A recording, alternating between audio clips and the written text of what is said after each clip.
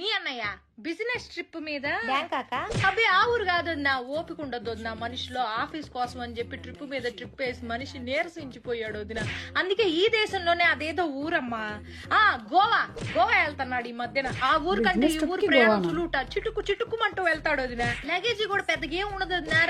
రెండు నిక్కర్లు పట్టుకెళ్తాడు. నిక్కర్లు ఏందయ్యా అంటే ఫారినర్లతో మీటింగ్ రాజ్యం మామూలు విషయం కాదు, ఫ్యాషన్ గా ఉండాలంటాడు. ఫ్యాషన్ అని అల్లాడిపోతా ఉంటాడు మనిషి. ఆ ఊరు వెళ్ళేటప్పుడు కూడా ఫోన్ కాల్ అవుతుంది నా. ఎప్పుడు చూసినా స్విచ్ ఆఫ్ అని వస్తుంది. ఏందండి స్విచ్ ఆఫ్ అంటే, రాజ్యం నేను చాలా లోతెట్టు ప్రాంతాల్లో ఉంటా, నాకు ఫోన్ చేయడానికి ప్రయత్నించబాక, మీకోసమేగా ఇదంతా అంటాడు. ఎప్పుడైనా ఫోన్ సిగ్నల్ ఏం చేస్తున్నా అంటే మందు వేసుకుంటున్నా రాజ్యం అంటాడు. మందు కాదయ్యా మందులు వేసుకుంటున్నా అనాలి. పని ధ్యాసలో పడితే ఈ మనిషి ఏం మాట్లాడతాడో తెలియదు, అల్లాడిపోతా ఉంటాడు. నువ్వు నా మొదటి పెళ్ళానివి, నా రెండో పెళ్ళంతో నేనున్నాను ఇప్పుడు గోవాలో అన్నాడు. బీపీ డౌన్ అయిపోయింది వదిన నాకు.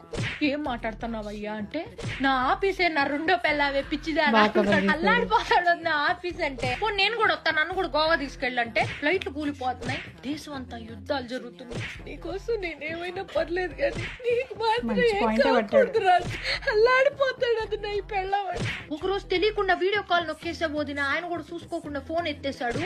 చూస్తే గుప్పు అని నోట్లోంచి పొగలోదిన. ఊరిని అమ్మ ఏంది పొగలు అంటే, ఎముకలు కొరికే చలి రాజ్యం గోవాలో, అందుకే నోట్లోంచి పొగలు. ఆఫీస్ లో అందరూ ఇన్ని చిన్న పిల్లల్లా చూస్తారంటోదినా. నేనన్నా అందుకే కదా నీకు ఆఫీస్ లో లేడీస్ అందరూ బేబీ అని మెసేజీలు పెడుతున్నారు అంటే, రాజ్యం నీ బుర్రలో మామూలు గుజ్జు లేదు రాజ్యం, చదువుకుని ఉంటే కలెక్టర్ అయ్యేదాన్ని మరి పెళ్ళం కోసం తల్లాడిపోతారా ఎవరైనా. మొన్న పిల్లాన్ని వేసుకుని కుబేరా సినిమా చూద్దాం థియేటర్ కి వెళ్తే కార్నర్ సీట్ లో ఆయనను ఆఫీస్ లో ఆమె కూర్చుంటే, ఏందండి అని అడిగితే, చెత్త మేనేజ్మెంట్ ఎట్టా చేయాలని చెప్పి ఆఫీస్ లో కొత్త ప్రాజెక్ట్ అట, దానికోసం సినిమాల్ని కూడా స్టడీ చేస్తాడు ఆఫీస్ లో వర్క్ కోసం. 2 నిమిషాలు నాకే చేతులెత్తి మొక్కలు. ఏంటో నీ సంసారం ఏమైపోతుందో ఏంటో.